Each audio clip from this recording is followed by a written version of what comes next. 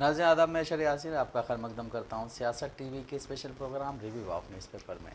सियासत टीवी आपके लिए लेकर आया है अखबार से रिलेटेड एक ऐसा प्रोग्राम जिसमें हम आपको आज के अखबारात की अहम खबरों के बारे में बताएंगे। इसमें लोकल, नेशनल और इंटरनेशनल खबरों पर डिस्कशन करेंगे और आपको अहम खबरों के बारे में तफसील से बताएंगे। इस प्रोग्राम में हर इंपॉर्टेंट खबर पर रोशनी डालेंगे, चाहे वो लोकल हो, नेशनल हो या फिर इंटरनेशनल हो। इस प्रोग्राम में हर खबर की तह तक जाएंगे, क्योंकि कुछ खबरें अखबार की सिर्फ सुर्खियाँ बनकर रह जाती हैं या फिर टीवी पर उनको 2 मिनट का ही वक्त मिल पाता है, लेकिन आपको उन खबरों के बारे में तफसील से बताएंगे। आज के हमारे टॉपिक में सबसे पहले अगर हम बात करें लोकल खबर की, तो है रेवंत रेड्डी की। यहाँ के सीएम रेवंत रेड्डी ने कहा है कि अगर बीआरएस के लीडर, चाहे वो केसीआर हों, केटीआर हों या फिर हरीश राव हों, वो अगर यहाँ पे जो क्या बोलते हैं जातीय जनगणना चलो इसमें भाग नहीं लेते हैं तो उनका बाइकआउट किया जाए। वहीं अगर दूसरी खबर की बात करते हुए दिल्ली से रिलेटेड, कि दिल्ली में मुख्यमंत्री के लिए जो एक नाम काफ़ी ज़्यादा चर्चा में था, प्रवेश वर्मा, वो शायद अब नाम हटा दिया जाएगा, उनके अलावा किसी और को वहाँ का सीएम बनाया जाएगा। वहीं अगर तीसरी खबर की बात करें तो ये कि कांग्रेस पार्टी ने कई जगहों पे अपने अध्यक्ष और जो पार्टी के जो क्या बोलते उच्च उस पर बैठे हुए थे सीटों पे, उन सबको चेंज किया गया है, क्योंकि कांग्रेस पार्टी अपने में रिवाइव करना चाहती है। और कहीं ना कहीं ये भी बताया जा रहा है कि ये सब राहुल गांधी की वजह से हो रहा है। राहुल गांधी ने कुछ लोगों को चुना था जो कहीं ना कहीं सही काम नहीं कर पा रहे थे। वहीं अगर बात करें और ख़बर की, तो आज भी अमेरिका हिंदुस्तान के 119 भारतीयों को डिपोर्ट कर रहा है वहाँ से। अब वो किस हालत में यहाँ आएंगे, ये जब आएंगे तभी पता चलेगा। इसी बीच ये खबर और ये कि F-35 प्लेन भी जो है इंडिया को दिया जा रहा है, वही प्लेन जिसके बारे में ये बोला जाता था कि ये सबसे घटिया प्लेन है। वहीं अगर हम महाराष्ट्र की बात करें, महाराष्ट्र में एक दरगाह, हाजी मलक दरगाह, जहाँ पे कल उर्स चल रहा था, उस उर्स में कुछ लोग जेएसआर के नारे लगा रहे थे, जिसको लेकर के कहीं ना कहीं एक विवाद छिड़ गया है। इन सब चीज़ों पे हमारे साथ डिस्कशन के लिए मौजूद है हमारे साथी शायद आप खैर मकदम है। शायद जिस तरह से हम बात कर रहे थे कि तेलंगाना में जातीय सर्वे जो हुआ था उसमें 3.1% लोगों ने भागीदारी नहीं की थी अपनी, तो जिसके बाद ये कहा जा रहा है कि अब ये दोबारा शुरू किया जाएगा। दोबारा शुरू करने के लिए कल यहाँ के सीएम रेवंत रेड्डी ने एक बड़ी बात की। उन्होंने कहा है कि बीआरएस पार्टी के लीडर्स, चाहे वो केसीआर हों, केटीआर हों या हरीश राव हों, अगर ये लोग इसमें भाग नहीं लेते हैं तो जनता को इनका बाइकआउट करना चाहिए। और ये भी कहा है कि अगर केसीआर साहब को कुछ भी कहना है, कुछ भी मतलब अपनी बात रखनी है, तो वो विधानसभा में आए और यहाँ आकर के हमसे बातचीत करें। देखिए, देखा गया जब से जातिगत सर्वे हुआ है तेलंगाना में, तब से ही लेकर भाजपा की बात करें या फिर हम बीआरएस की बात करें, लगातार उनका यही दावा है कि ये जो जातिगत सर्वे हुए हैं वो सही नहीं हुए हैं। अगर वही हम रेवंत रेड्डी की बात करें तो उन्होंने ये कहा है कि इस बार जो कि केटीआर हैं और केसीआर है और उनके भतीजे जो हरीश राव हैं, कि इनको जो जनता है वो बाइकआउट करे, क्योंकि इस सर्वे में ये लोग खुद शामिल नहीं हुए। वही यहाँ पे सर्वे किया गया तो देखा गया कि यहाँ पे करीब 3.5 करोड़ से ज़्यादा की आबादी बताई जा रही है, लेकिन वही कई लाख लोग ऐसे भी हैं जो शामिल नहीं हुए।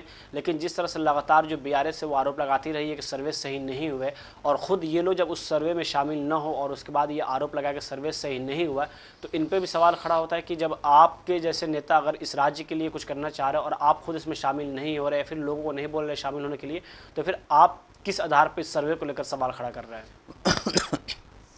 बिल्कुल सही। और रेवंत रेड्डी ने यह भी कहा है कि अगर वो इस सर्वे में बिल्कुल भी भाग नहीं ले रहे हैं तो समाज को उन पर प्रेशर डालना चाहिए, लोगों को उन पर प्रेशर डालना चाहिए कि वो सर्वे में भाग लें। और अगर वो सर्वे में भाग बिल्कुल भी नहीं लेते हैं, किसी भी तरह से नहीं लेते हैं, तो यहाँ की जनता को उनका बहिष्कार करना चाहिए। तो कहीं ना कहीं बीआरएस के लिए एक देखा जाए तो बहुत बड़ी बात बोली यहाँ के सीएम ने कि आपका डायरेक्ट बाइकआउट ही हो जाएगा। जिस तरह से दोबारा से जो है 3-4 दिन के लिए सर्वे शुरू हो रहा है, उसको लेकर के तेलंगाना सरकार ने बिल्कुल तैयारियां कर ली। और ये भी कहा जा रहा है कि ये सर्वे जब पूरा हो जाएगा तो इसके बाद देश की और जो प्रमुख पार्टियां उन सबके पास जाएंगे, यहाँ के सीएम और यहाँ के डिप्टी सीएम, और अपने इस ओबीसी वाले जो एक क्या बोलते हैं जो पूरा एक वो है डेटा वो रखेंगे, और उसके बाद फिर देश के प्रधानमंत्री नरेंद्र मोदी से भी मुलाकात करेंगे, उनसे मिल करके ओबीसी रिजर्वेशन की वो बात करेंगे।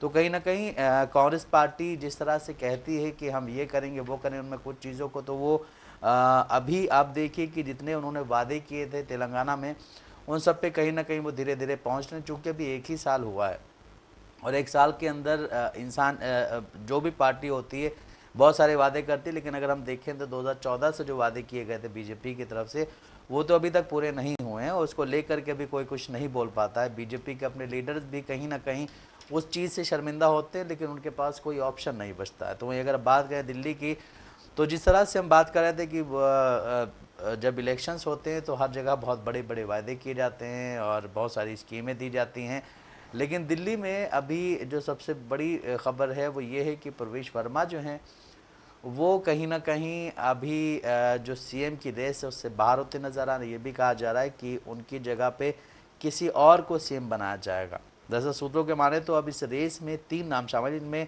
नई दिल्ली सीट से नवनिर्वाचित विधायक प्रवेश वर्मा नहीं है। दिल्ली के मुख्य वहीं अगर ये जो वहाँ की पार्टी थी, मुख्य विपक्षी पार्टी बीजेपी, जब से वो सत्ता में आई है तब से ये भी कहा जा रहा है कि दिल्ली में कहीं ना कहीं अभी जो पावर कट है उसकी समस्याएं बहुत ज़्यादा बढ़ गई हैं।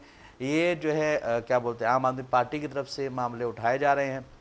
वहीं दिल्ली की जनता का ये भी कहना है कि एक बार इनको पूरी तरह से सरकार में आ जाने दें और चीफ मिनिस्टर बन जाने दें, उसके बाद काम को देख करके फिर हम कोई कमेंट करें, क्योंकि अभी तो हमारी सरकार बिल्कुल ही डामाडोल चल रही, क्योंकि अभी सीएम का ही फेस का ऐलान नहीं हुआ है। वहीं दूसरी खबर ये भी है कि दिल्ली में एक नोटिस जारी किया गया है जहां जितने भी नॉन ऑफिशियल्स हैं उनकी लिस्ट बनाई जाए और उस लिस्ट को जल्द से जल्द सौंपा जाए, ताकि केजरीवाल सरकार में अलग अलग विभागों में कई तरह के नॉन ऑफिशियल स्टाफ की नियुक्ति हुई थी।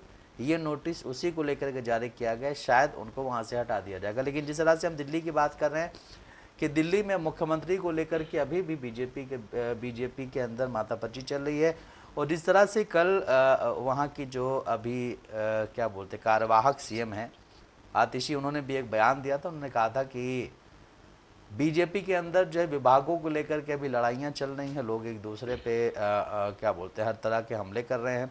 उसको लेकर के भी कहीं ना कहीं ये भी सामने आ रहा है कि जिस तरह से प्रवेश वर्मा का नाम हटाया है, अभी जो सूत्रों के हवाले से खबर आ रही है कि प्रवेश वर्मा का नाम हटा दिया गया है, तो आखिर ऐसा कौन लीडर है जिसको वो बनाए, क्योंकि आगे चल के बिहार में भी इलेक्शंस हैं, वेस्ट बंगाल में भी इलेक्शंस हैं, यूपी में भी इलेक्शंस हैं, तो कहीं ना कहीं सब चीज़ों को देख करके ही वहाँ का सीएम बनाया जाएगा। किसी भी पार्टी में की अगर बात की जाए तो जिस तरह से आतिशी ने आरोप लगाया है कि मंत्रिमंडल को लेकर खींचातानी चल रही है, वो हर पार्टियों में देखा जाता है। जहाँ पे किसी की गवर्नमेंट बने वहाँ पे जो बड़े नेता होते हैं वो यही कोशिश करते हैं कि जो बड़ा विभाग है वो मिल जाए। दिल्ली में जब सिलेक्शन हुए शुरू से देखा गया कि प्रवेश वर्मा का काफ़ी चेहरा आगे रहा और ऐसा माना जा रहा था कि उनका जो फेस है वो सीएम फेस को लेकर शायद बीजेपी चुनाव लड़े, लेकिन ऐसा ऐलान नहीं किया। अभी भी यही कयास लगाया जा रहा था कि दिल्ली का मुख्यमंत्री शायद प्रवेश वर्मा हो सकते हैं, लेकिन अभी जो सूत्रों के हवाले से खबर सामने आ रही है उसमें ये कहा जा रहा है कि जो 9 विधायक की लिस्ट बनी थी उसके बाद जो अब लिस्ट तैयार हुई है जो सीएम फेस के चेहरे हो सकते हैं, उसमें से 3 नामों को लाया गया और ऐसा कहा जा रहा है कि प्रवेश वर्मा का नाम उसमें शामिल नहीं है। अगर हम उन 3 चेहरों की बात करें तो उसमें नाम आ रहा है मनजिंदर सिंह सिरसा, जितेंद्र महाजन और रेखा गुप्ता। तो इसमें एक लेडीज का नाम रखा गया, तो ऐसे कयास लगाया जा रहा है कि शायद ऐसा ना हो कि दिल्ली को चौथी बार कोई महिला मुख्यमंत्री मिल जाए। लेकिन जिस तरह से प्रवेश वर्मा का अभी इसमें नाम सामने नहीं आया है और अभी तक प्रवेश वर्मा के भी तरफ से कोई बयान सामने नहीं आया है, तो देखने वाली बात होगी कि क्या सच में अब बीजेपी कोई नया चेहरा लाती है दिल्ली में। वही अगर हम नॉन ऑफिशियल स्टाफ की बात करें तो एक तरफ ये बीजेपी पे आरोप लगते रहा है कि बीजेपी की जो गवर्नमेंट है वो रोजगार नहीं दे रही है। अगर हम आम आदमी पार्टी की बात करें तो दिल्ली में ये अपने तरीकों से जो नॉन ऑफिशियल स्टाफ है उनको रोजगार देने की कोशिश कर रही थी। कई ऐसे विभाग है जहाँ पर नॉन स्टाफ जो है वो काम कर रहे थे, लेकिन अब ऐसा कहा जा रहा है कि नोटिस जारी किया गया है और उन स्टाफ की लिस्ट मानी गई है जो नॉन स्टाफ हों, जो काम कर रहे, जो अनऑफिशियली हो, और उनको शायद उन पर अब जो बीजेपी जो सरकार है वहाँ पे वो गाज गिरा सकती है और उनको उनके कामों से बर्खास्त किया जा सकता है। लेकिन अगर बात की जाए वहाँ पे कामकाज की तो देखा जा रहा है कि अभी भी अगर हम देश की बात करें या किसी राज्यों की बात करें तो वहाँ पे अभी किस चरम पे जो बेरोजगारी वो बढ़ती जा रही है। और उसके बाद अगर कोई नॉन स्टाफ के तौर पर भी अगर किसी राज्य में काम कर रहा हो और वहाँ पर आपकी सरकार आती है और उनको आप रोजगार से बेरोजगार करें तो ये यकीनन कहीं ना कहीं उनके पेट पर लात मारने की काम है। अगर आप उनको कहीं शिफ्ट करना चाहते हैं तो कुछ और भी कई सारे तरीके हैं जिसके तहत आप उनको रोजगार के तहत कहीं शिफ्ट कर सकते हैं। लेकिन अभी जिस तरह से खबरें सामने आ रही है कि उसमें यह कहा जा रहा है कि जो बीजेपी है ऐसे जो काम करने वाले लोग हैं उनकी लिस्ट तैयार कर रही है और उन पे गाज गिरा सकती है। यानी साफ तौर पे ये कहा जा रहा है कि उनको शायद कामों से निकाला जा सकता है। तो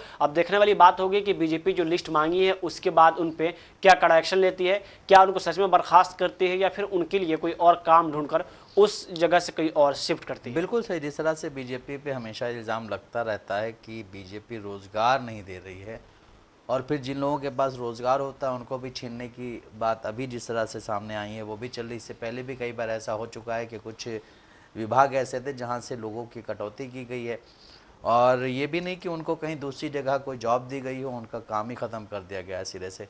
तो अभी जो हम बात अगर दिल्ली की करें तो दिल्ली में ये भी कहा जा रहा है कि 2 डिप्टी सीएम के तहत काम चलेगा। जिस तरह से हम देख रहे हैं कि राजस्थान में 2 डिप्टी सीएम है, महाराष्ट्र में 2 डिप्टी सीएम है, और क्या वहीं अगर बात करें यूपी की तो यूपी में भी 2 डिप्टी सीएम है।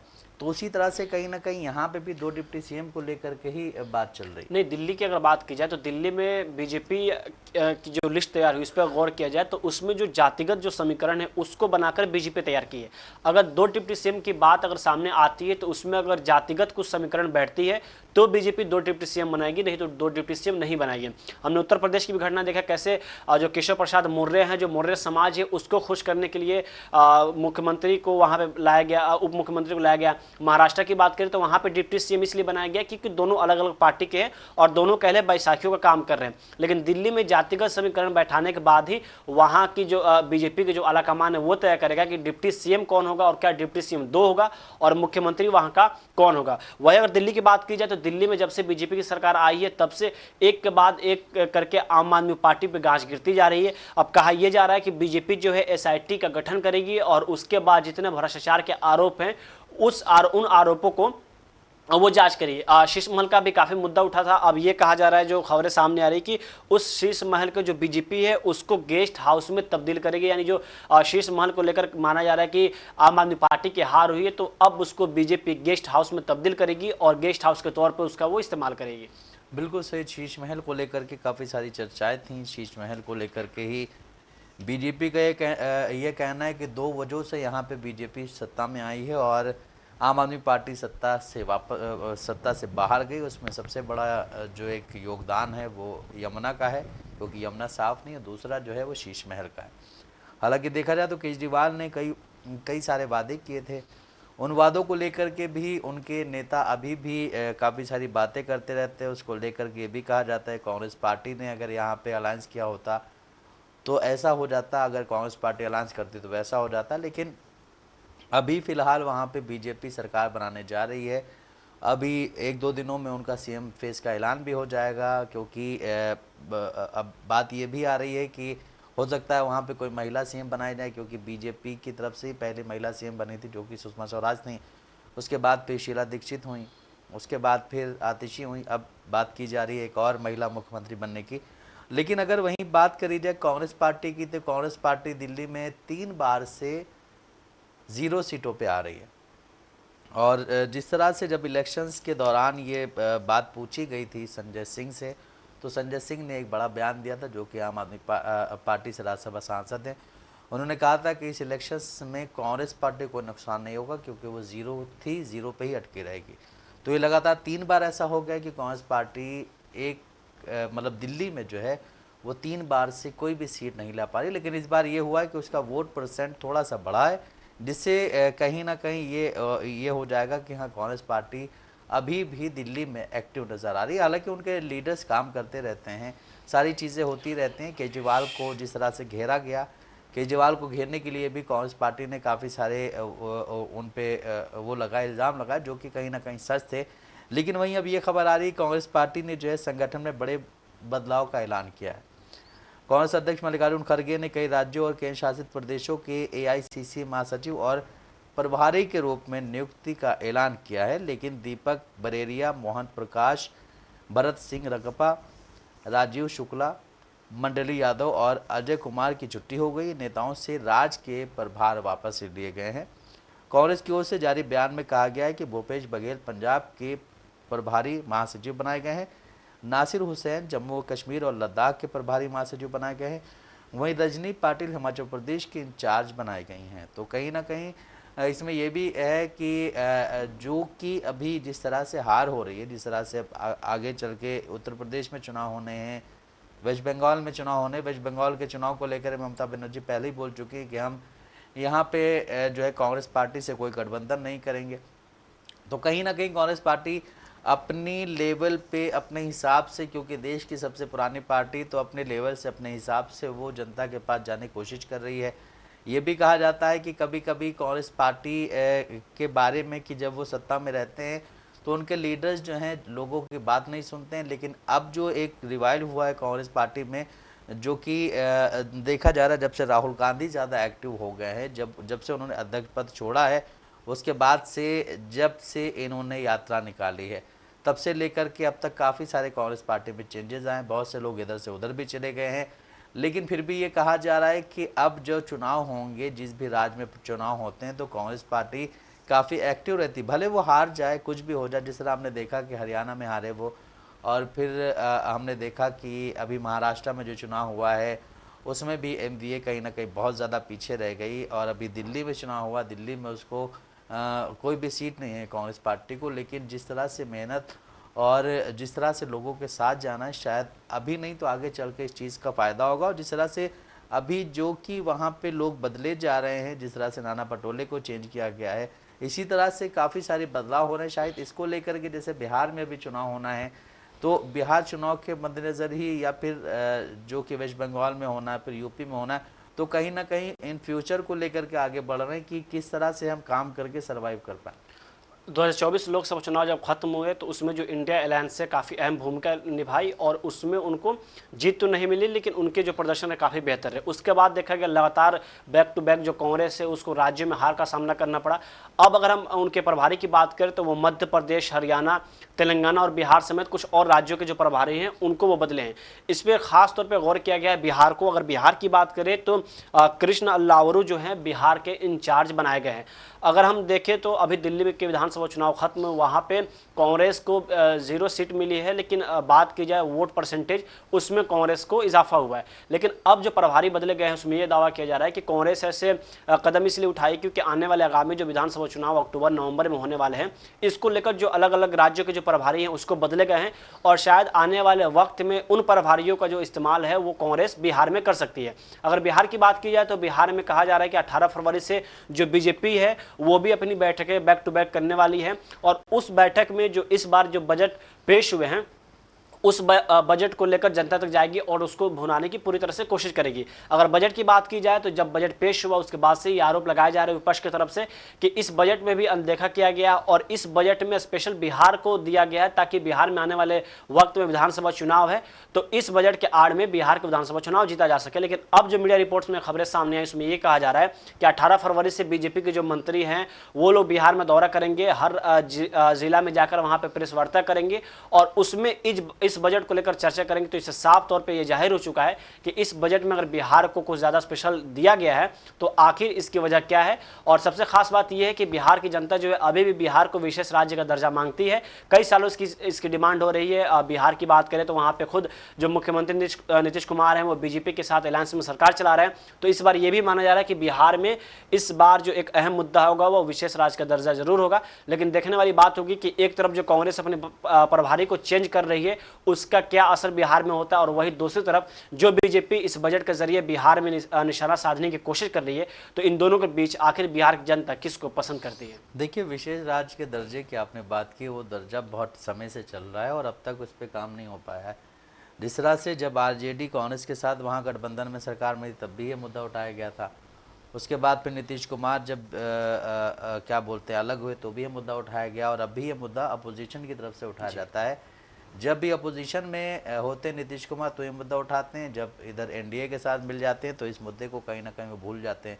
इसी तरह से जिस तरह से जो है जब तेजस्वी यादव सत्ता में होते हैं तब भी कहते हैं कि हम बात कर रहे हैं, हम जा रहे हैं दिल्ली में, लेकिन उससे ज़्यादा एक्टिव वो जब हो जाते हैं इस मुद्दे को लेकर के जब वो सत्ता में नहीं होते हैं। जिस तरह से मीसा भारती ने भी इस पर बात की है, और जिस तरह से नीतीश कुमार को घेरा जाता है, क्या लगता है कि नीतीश कुमार को लेकर के बीजेपी ने कहीं ना कहीं कुछ ऐसी चाल चली कि नीतीश कुमार अब कहीं जा नहीं सकते हैं? क्योंकि नीतीश कुमार के बारे में ये भी कहा जा रहा है कि अभी उनके कुछ ऐसे नेता हैं जो उनसे बहुत कम मुलाकात कर रहे हैं, और उस कम मुलाकात के पीछे की वजह बीजेपी को बताया जा रहा है कि कहीं ऐसा ना हो अगर बीजेपी बिहार में ज़्यादा सीटें लेके आ गई तो नीतीश कुमार का हाल बिल्कुल ही एक ना शिंदे जैसा।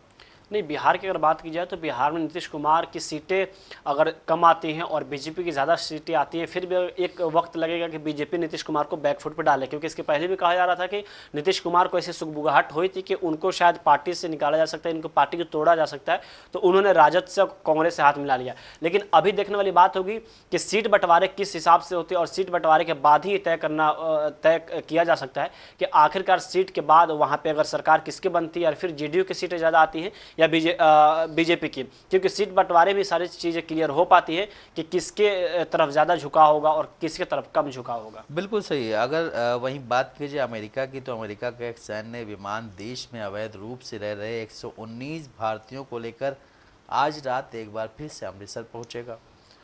और ये डोनाल्ड ट्रंप के पिछले महीने अमेरिका के राष्ट्रपति पद की शपथ लेने के बाद से निर्वासित किए जाने वाला भारतीयों का दूसरा जत्था होगा।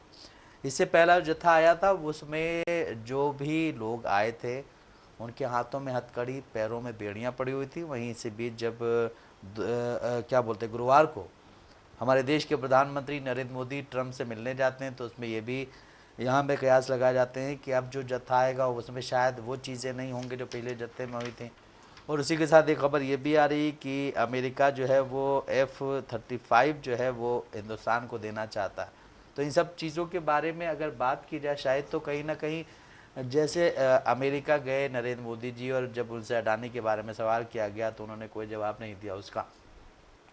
उसके बाद फिर ये भी कहीं ना कहीं मामला बढ़ रहे हैं आगे कि जो लोग वहाँ से 104 लोग जो वापस आए थे उन पे पता नहीं कोई बात हुई है कि नहीं हुई, क्योंकि ऐसा कहा जाता है कि मोदी जी ऐसी जगहों पे जा कर के सिर्फ डेवलपमेंट की बात करते हैं और इस तरह की बात नहीं करते। देखिए, अगर प्रेस कॉन्फ्रेंस की बात की जाए या अमेरिका में जो मोदी के दौरे हुए उस पर बात की जाए, तो उस दरमियान जो जर्नलिस्ट एथिक्स है उस पर भी सवाल खड़े हो रहे हैं, क्योंकि देखा गया कैसे कि इंडियन जर्नलिस्ट जब सवाल पूछता है तो वहाँ के जो जर्नलिस्ट है वो उस पर हंसते हैं। अगर मोदी की बात की जाए तो जब अडानी से सवाल अगर किया गया तो उन्होंने उसको निजीगत मामला बता दिया। लेकिन वही अगर अभी आपने अवैध प्रवासियों की बात की, जहाँ एक तरफ मोदी अभी इंडिया पहुँच रहे हैं, वही दूसरी तरफ ये देखा जा रहा है कि आज खुद रात में कहा जा रहा है कि अमृतसर एयरपोर्ट जो है वहाँ पे जो अवैध जो प्रवासी मजदूर जिसको अमेरिका बता रहा है वो 119 लोगों को आज यहाँ पे भेजा जाएगा। अगर इसके पहले की बात करें तो 5 फरवरी को अमृतसर में एक जो विमान था वो पहुंचा था अमृतसर में। और इस बार अगर हम बात करें तो फिर 104 लोगों को जो विमान है वो लेकर आ रहा है। अगर इसमें हम आंकड़े की बात करें किस राज्य के कितने लोग हैं, तो वही कहा जा रहा है कि इसमें जो पंजाब है उसमें सबसे ज़्यादा लोग हैं। पंजाब के 67 लोग हैं, हरियाणा के 33 लोग हैं, उत्तर प्रदेश से 3 लोग हैं, वही गोवा महाराष्ट्र से 2-2 लोग हैं। इसमें कहा जा रहा है कि जम्मू कश्मीर, राजस्थान और हिमाचल प्रदेश से भी 1-1 लोग शामिल हैं। तो एक तरफ जहां प्रधानमंत्री नरेंद्र मोदी अभी अमेरिका दौरे से यहां पे आ रहे हैं, और वही दूसरी तरफ ये कहा जा रहा है कि अमेरिका एक बार फिर जो अप्रवासी लोग हैं उनको यहां पे भेजने वाला है। तो अब गौर करने वाली बात ये होगी कि जिस तरह से पहले जो फ्लाइट से लोगों को भेजा गया था, क्या इस बार भी वैसे इन लोगों को जंजीरें लगाकर भेजा जाता है, या फिर मोदी के जो वहां पे बैठकें हुई हैं और जो डोनाल्ड ट्रंप से बात हुई है उसका कुछ असर दिखता है। और सवाल ये भी शुरू से खड़ा किया जा रहा है कि जब भारत के लोग अगर अमेरिका से यहाँ मंगाए जा रहे हैं तो फिर भारत अपना एयरफोर्स वहाँ पे या फिर कह रहे विमान क्यों नहीं भेज रहा। आखिर क्या वजह है कि अमेरिका का जो एयरफोर्सेज है वहाँ जो उससे यहाँ पे जो अवैध जो प्रवासी मजदूर हैं उनको लाया जा रहा है। अगर हम यहाँ पे बात करें जो अभी F-35 लड़ाकू विमान की बात की जा रही है, इसको ये देखा जा रहा है कि कैसे मेन स्ट्रीम मीडिया में या फिर कह ले कि भारत को इसको एक उपलब्धि बताई जा रही है कि जो अमेरिका है वो जो F-35 है वो लड़ाकू विमान इंडिया को दे रहा है। तो ये इसमें गौर करने वाली बात ये भी है कि जो एलन मस्क है उन्होंने यहाँ तक इसको सबसे महंगा कबाड़ तक कह दिया था। अगर हम इसके रिकॉर्ड की बात करें तो ये कहा जा रहा है कि 2014 से लेकर अब तक F-35 जो लड़ाकू विमान है वो अलग अलग संस्करण के 15 बड़ी दुर्घटनाओं का शिकार हो चुका है। और 2011 माफ कीजिएगा 14 से लेकर अब तक यानी 11 वर्षों में 15 बार हादसे का शिकार हो चुका है। तो जिस F-35 के यहाँ पे जिक्र किया जा रहा है उसका यह मानना है कि वो जो एयरफोर्स यहाँ पे जो लाए जा रहे हैं उसमें काफ़ी खामियां हैं। और इसको लेकर जो एलन मस्क खुद कई बार बोल चुके हैं कि ये बहुत ही महंगा जो अगर हम कह लें विमान है या फिर कह लें कि कबाड़ है। तो आप समझ सकते हैं कि एक तरफ जो इसकी जो खामी है उसको छुपाया जा रहा है, खूबियों को बताकर यहाँ के लोगों को ये बताने की कोशिश की जा रही है कि प्रधानमंत्री जो मोदी हैं वहाँ बैठक की और इतने बड़े विमान वहाँ से यहाँ पे लाने की बात की जा रही है। हालांकि विमान कब आएगा और आगे क्या प्रोसेस है अभी इस पे बात होना बाकी है। बिल्कुल सही। जिस तरह से इसके बारे में बोला जा रहा है कि 65 खामियां और इतने ज़्यादा हादसे उसको लेकर के अमेरिका जो है हिंदुस्तान को ये विमान देने पे क्यों तुला हुआ है।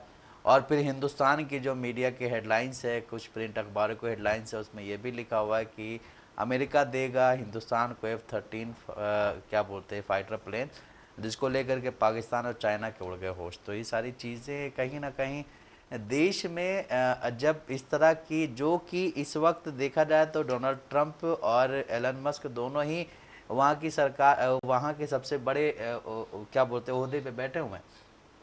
और ये भी कहा जा रहा है कि एलन मस्क ही अमेरिका की सरकार अब चलाएंगे, जिस तरह से देखा जाता है हर चीज़ में। तो अब अगर आप एक तरह से ये बात बोलते, दूसरा जिसने ये विमान बेचने की बात कही है वही ऐसी बातें बोल चुका है, और फिर इसको लेकर के मीडिया इतना खुश हो रहा है और मीडिया के लोग इतने ज़्यादा इसको लेके हवाबाजी करें, तो ये भी कहीं ना कहीं एक तरह का आप उसको लेकर के ज़्यादा वो हो रहे हैं कि भाई ये आ जाएगा तो ये हो जाएगा। इसके पीछे आप वो चीज़ें सारी छुपाने की कोशिश कर रहे हैं जो कल हुई। जिस तरह से इंडियन मीडिया के बारे में बात हुई कि एक जर्नलिस्ट ने सवाल पूछा तो उस पर सब हंसे, उसके बाद फिर अडानी को लेकर के सवाल पूछा गया तो हमारे देश के प्रधानमंत्री नरेंद्र मोदी ने इसे अंदरूनी मामला बता दिया। ये सब चीज़ें, इन सब चीज़ों को छुपाने के लिए शायद ही ये सारी चीज़ें की गई हों। लेकिन वहीं अगर बात करें महाराष्ट्र की, तो महाराष्ट्र में एक दरगाह है हाजी मलंग दरगाह, उसमें उर्स चल रहा है।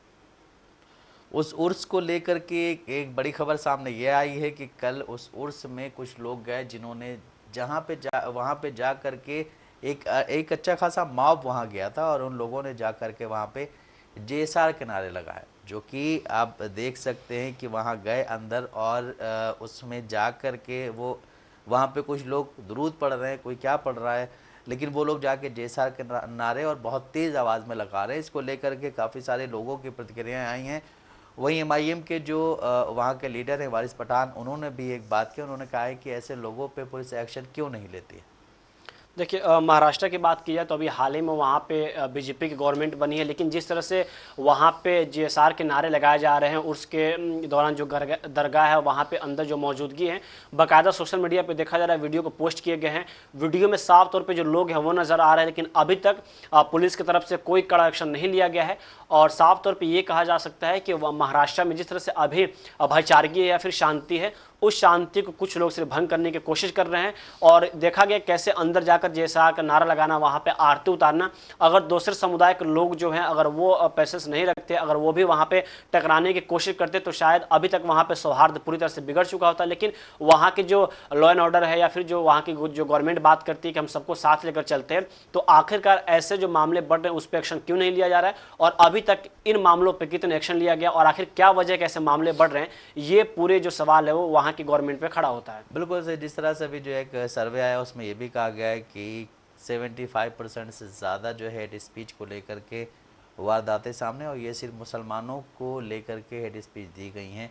तो जिस तरह से जो सर्वे सामने आ रहे हैं उससे यही लग रहा है कि देश में इस वक्त सिर्फ एक समुदाय को परेशान किया जा रहा है, उसकी मस्जिदों को तोड़ा जा रहा है, उनकी दरगाहों में जा कर के उल्टे सीधे काम किए जा रहे हैं, मदरसों पे उल्टे सीधे कमेंट किए जा रहे हैं। इंसान जो है जो कि दाढ़ी टोपी पहन के निकलता है उस पर बहुत सारे कमेंट किए जा रहे हैं। अभी कुछ दिनों पहले एक वीडियो वायरल हुआ था जिसमें 2 मुस्लिम लड़कियां कुछ खरीद रही थी, तो वहाँ पे एक बंदा खड़ा होकर आइसक्रीम खा रहा था और ज़ोर ज़ोर से JSR के नारे लगा रहा था।